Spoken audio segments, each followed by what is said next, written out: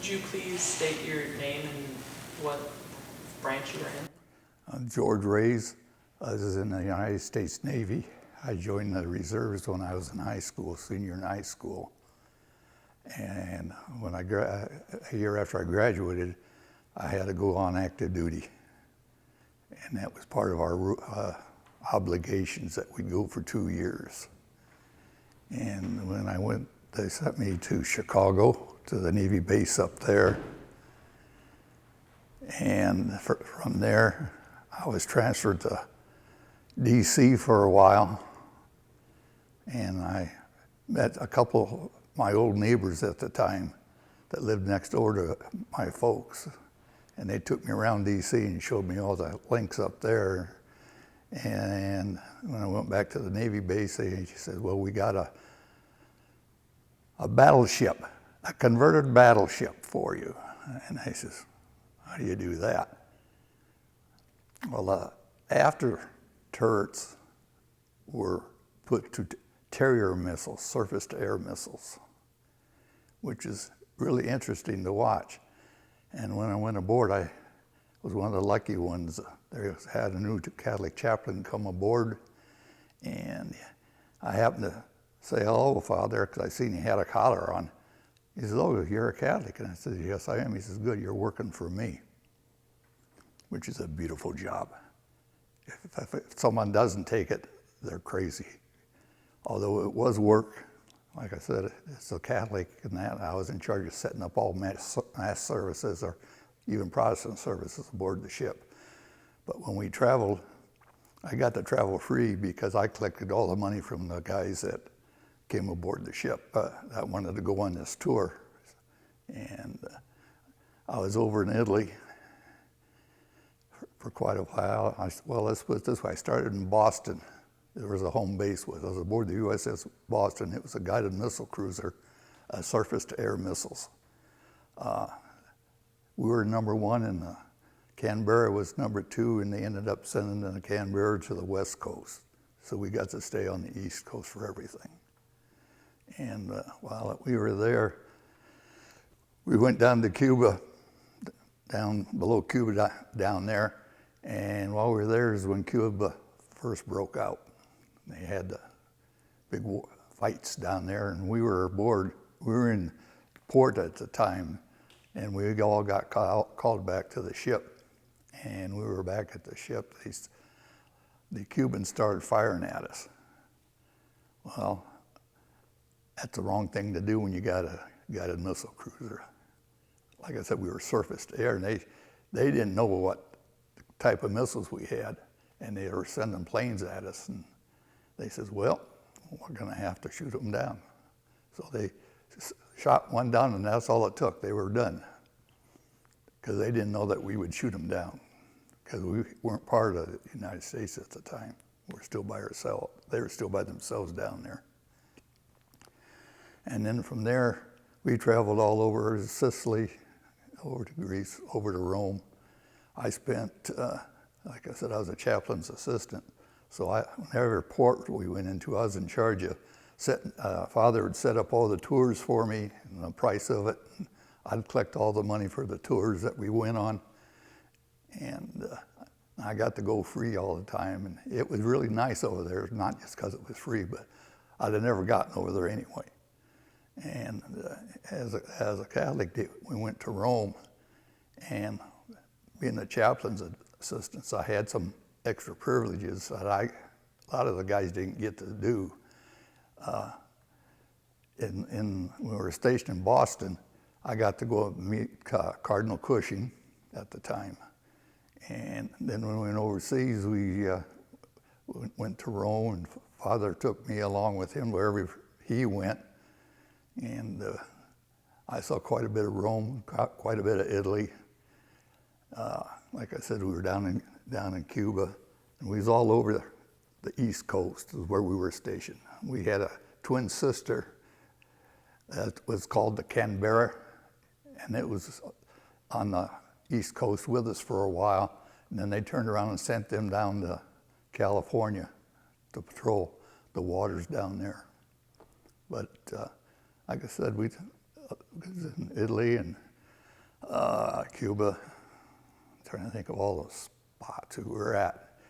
But we traveled all over the Mediterranean, which was really nice, because I'd never get in my life to get back over there to see all the stuff we had, and everything was free. Like I said, it cost the guys to go on it, but Father had it set up that as long as I was in charge of taking all the money and that for all these tours, that I would get to travel free to all in these ports to every place that we went. And it was all over Italy and all over, like I said, all over the Mediterranean over there. And it was really nice. Fact is, we pulled into port, and yes, fellas, they did have dancing girls standing on the dock some places when we pulled in. And it was really fun. The gals would come in and take the guys out and show them all around the towns or the bases. And there's all kinds of officers there that was on the ship. We had a Catholic chaplain and we had a Protestant chaplain aboard the ship. And they always used the library. So every Sunday I had to have it set up for church services. And I was also in charge of the radio station aboard the ship. Another guy operated it, but I was in charge of opening the doors and all that where they could get into it. And it was a lot of fun. If I could, I'd like to recommend that some of these younger people, if you get a chance, you can't get the jobs easy unless you know about them. And I didn't know about this. It's just I happened to walk up the gangway with the chaplain at the time. And that's how he found out I was a Catholic, and I found out he was a priest for the ship. And it really made a lot of difference on what we did. I got out of a lot of the hard duties because of it, which I probably shouldn't say, but hey, someone's got to do it. And we saw, like I said, we was in San Juan, and we docked right off the point of Cuba, and we went out east there, stationed in Boston, started out in Norfolk, and they sent us out, and the Canberra was there. When we pulled out, the Canberra pulled out. We thought they were going to follow us, since that was the only other guided missile ship.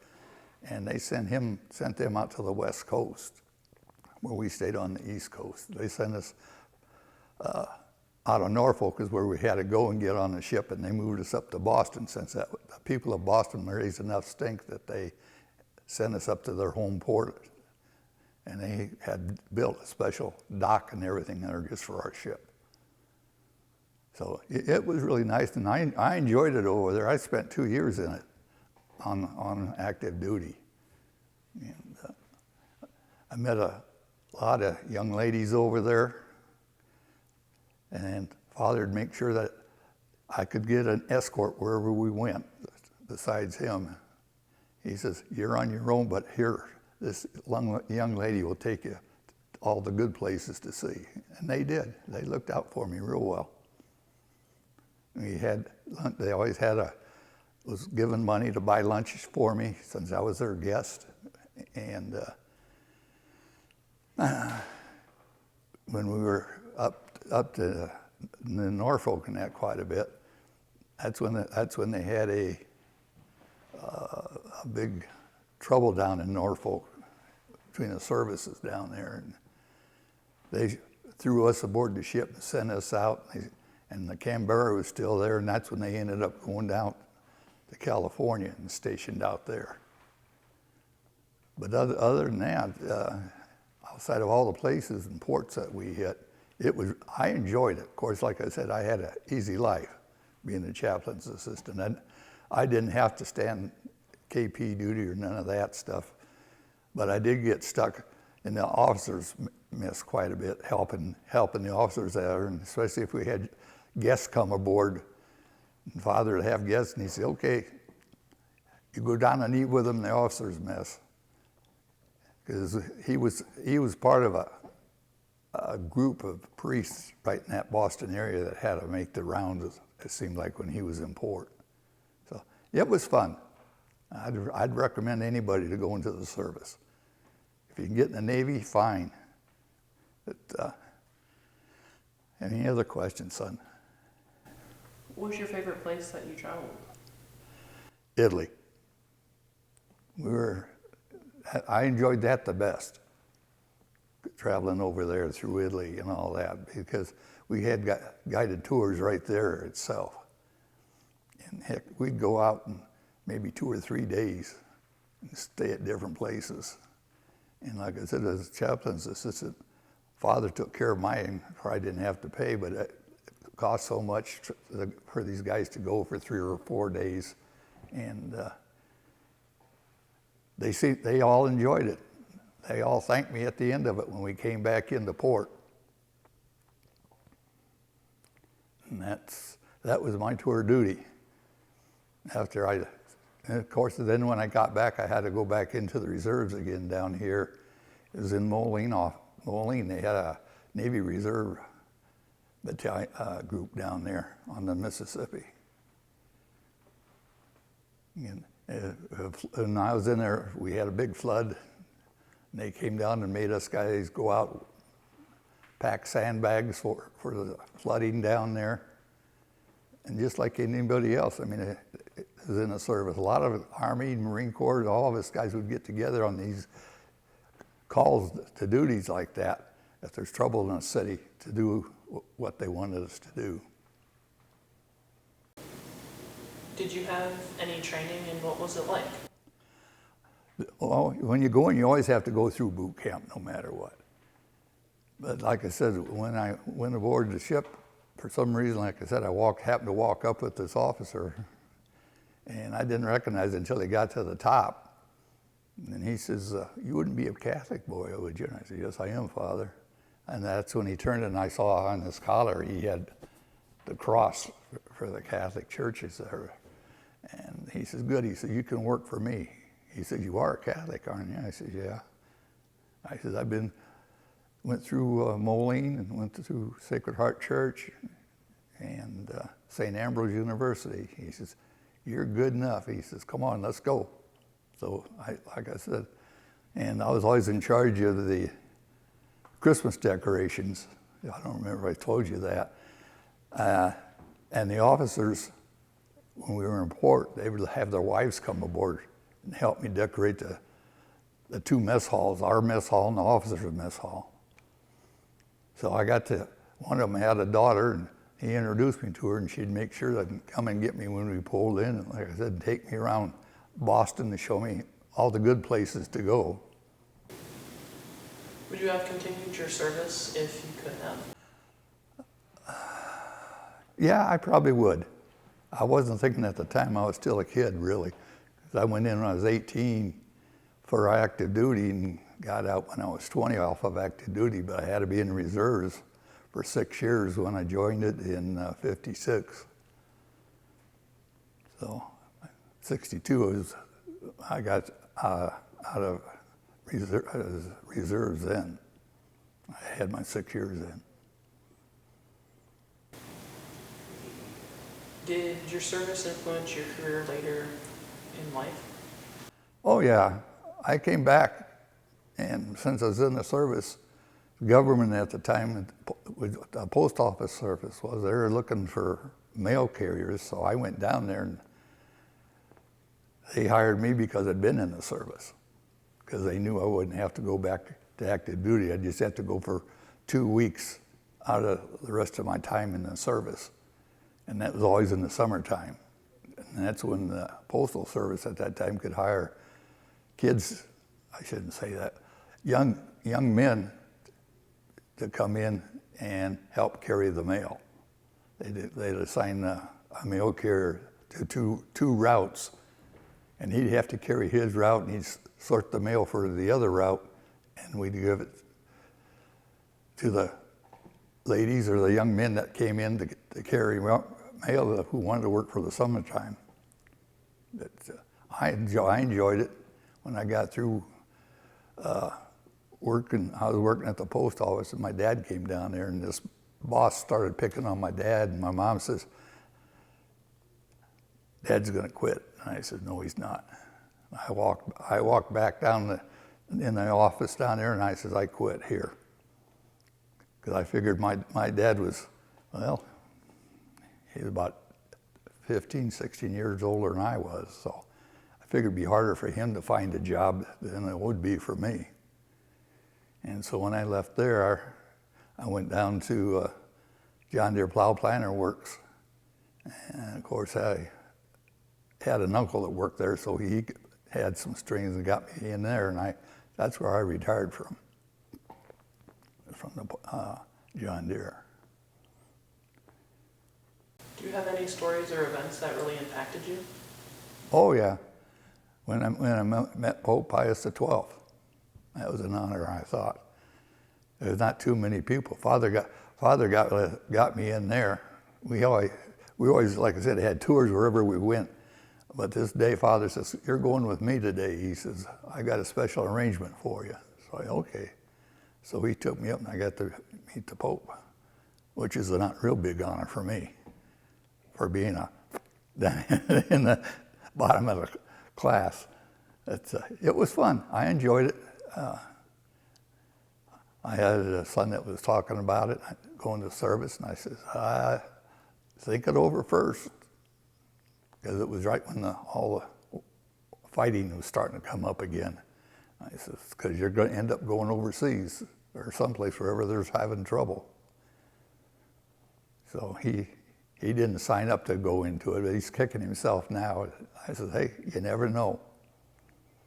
You never know where you're going to end up at. That's the whole thing. Like I said, we were they put us in Cuba for a while. They put us down in Florida for a while. Florida was having some problems down there, so they sent us in there. Fact is, they called the Canberra back from the West Coast. That's how bad the trouble was down there between Cuba and them. And they figured they had better have two of us. It was always fun to watch. We always had, we would go out to sea, we always had practice, drill practice. And we always had missiles. They had drones.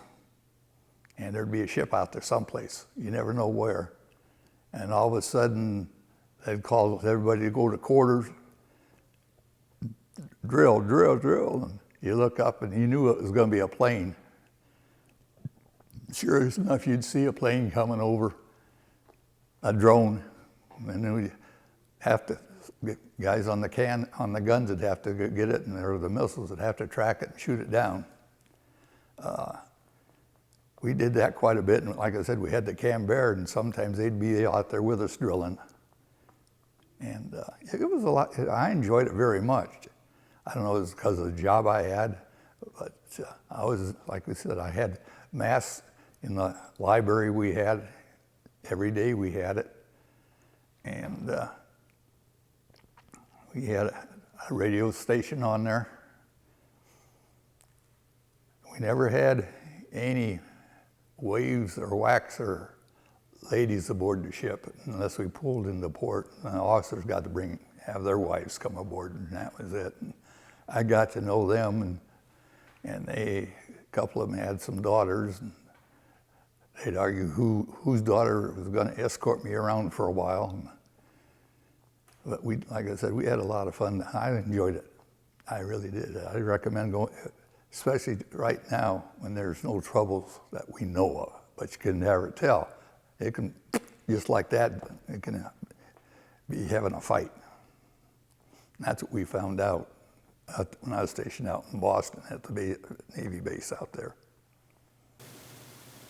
Was your life changed substantially after your service? Yeah, I was a lot more careful when I was walking the streets and that. I lived in Moline at the time, and I thought I knew the streets pretty well and where most of the troubleshooters were, but after I got home after 2 years away, they had shifted, moved around in the city. And where I thought they wouldn't be, they were. I had a couple of them that challenged me to that, and I said, do what you want. I'm not going to fight you. I says, I don't believe in that anymore. So I didn't, and then when I got back home, I met this priest, and I used to go hunting and fishing with him. And he says, you got any dates with any girls? I said, no, Father. I'll line you up. Oh, Father Krieger's his name, and he lined my wife Twyla and I up, and here it is. We've been married ever since, and we got married in 1960. So, and we're still going along. Got 8 kids, or 6 kids, and gosh, don't ask me how many grandkids. She keeps track of that. But we got, they've all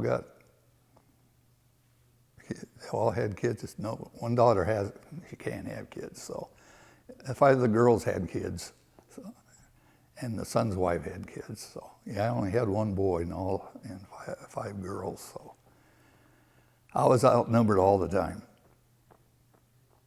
in the house. Other than that, I enjoyed it. I'd recommend it to anybody else. They still have as far as I know, they still have the Navy down on Moline, reserves down there yet. If anybody'd like to go to it and check in and see what it's like.